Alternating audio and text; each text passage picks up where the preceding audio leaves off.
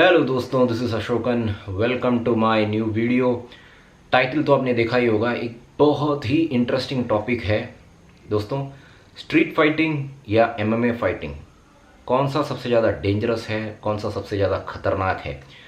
दोस्तों, इसके लिए कुछ ज़्यादा रिसर्च करने की ज़रूरत नहीं है, कुछ ज़्यादा सोचने की ज़रूरत नहीं है, बस थोड़ा सा कॉमन सेंस चाहिए। किसी को भी पता है कि एमएमए फाइटिंग के कंपैरिजन में स्ट्रीट का ही जो गली पे जो फाइट होता है, रैंडम फाइट्स होते हैं, हमेशा ही जो मोहल्ले में जो फाइट्स होते हैं हमेशा ही खतरनाक होते हैं, हमेशा ही डेंजरस होते हैं। क्यों? Simple thing guys, because MMA जो है या फिर कराटे हो गया, टेक्वोंडो हो गया या बॉक्सिंग हो गया, ये एक स्पोर्ट है। तो स्पोर्ट में हमेशा ही कंट्रोल्ड एनवायरनमेंट होता है। ठीक है, कंट्रोल्ड एनवायरनमेंट बोले तो फर्स्ट ऑफ ऑल ऑडियंस होते हैं वहाँ पे। ओके, आप एक रिंग के अंदर फाइट कर रहे हो और आपका ओपोनेंट बस एक ही है, आप एक के साथ फाइट कर रहे हो, और अगर आप मार भी खा रहे हो तो आपको बचाने के लिए रेफरी हैं, और राउंड बाय राउंड फाइट होता है, एक राउंड के बाद ब्रेक होता है, आपके कोच आपके साथ होते हैं। तो ये हो गया कंट्रोल्ड एनवायरनमेंट। बट जब एक स्ट्रीट फाइट, जो गली का जो फाइट होता है, मोहल्ले में जो फाइट होता है अपने गांव में, तो ये कब शुरू होता है, कब ख़त्म होता है, कितने लोग होते हैं, आप कितने लोगों के साथ फाइट कर रहे हो, कौन कहाँ से आके मार रहा है, पंचेस मार रहे हैं, लात मार रहे हैं, या हथियार लेके, पत्थर लेके, लकड़ी लेके, मिट्टी फेंक दिया, पत्थर फेंका, कुछ भी हो सकता है। It is not a controlled environment. Street fighting, जो गली का जो फाइट होता है, मोहल्ले का फाइट होता है अपने गांव में, इट इज़ नॉट कंट्रोल्ड। कभी भी कुछ भी हो सकता है, and that is why it becomes dangerous.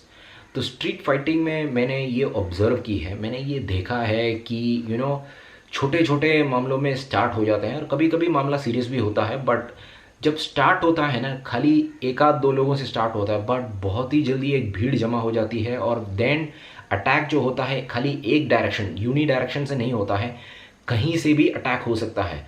और it can be like 1-on-1, sometimes it can be like 2-on-1, it can be 4-on-1, और कभी कभी एक भारी गैंग आप पे आप अकेले होंगे, आप पे अटैक कर सकते हैं। तो it is very dangerous, it is बहुत ही खतरनाक है, इट इज़ अनप्रडिक्टेबल कह सकते हैं, इट इज़ वेरी अनसर्टन। कब क्या हो जाए कुछ पता नहीं है। ठीक है, तो इस वीडियो बनाने का मकसद ये था कि आप जितना हो सके उतना स्ट्रीट फाइटिंग से दूर रहें। जो गली में जो फाइट होता है, मोहल्ले से जो फाइट होता है, दूर रहें। क्योंकि ना कभी कभी ऐसा हो जाता है कि अपन जो है जिम में बॉडी बना के या फिर एक हफ्ते के एमएमए ट्रेनिंग के बाद हम जब हम गली में निकलते हैं तो खाली फोकट ना सिंपली जाके हम लोग पंगा ले लेते हैं, मुसीबत में जाके फंस जाते हैं। अपन लोग इनिशिएटिव लेते हैं।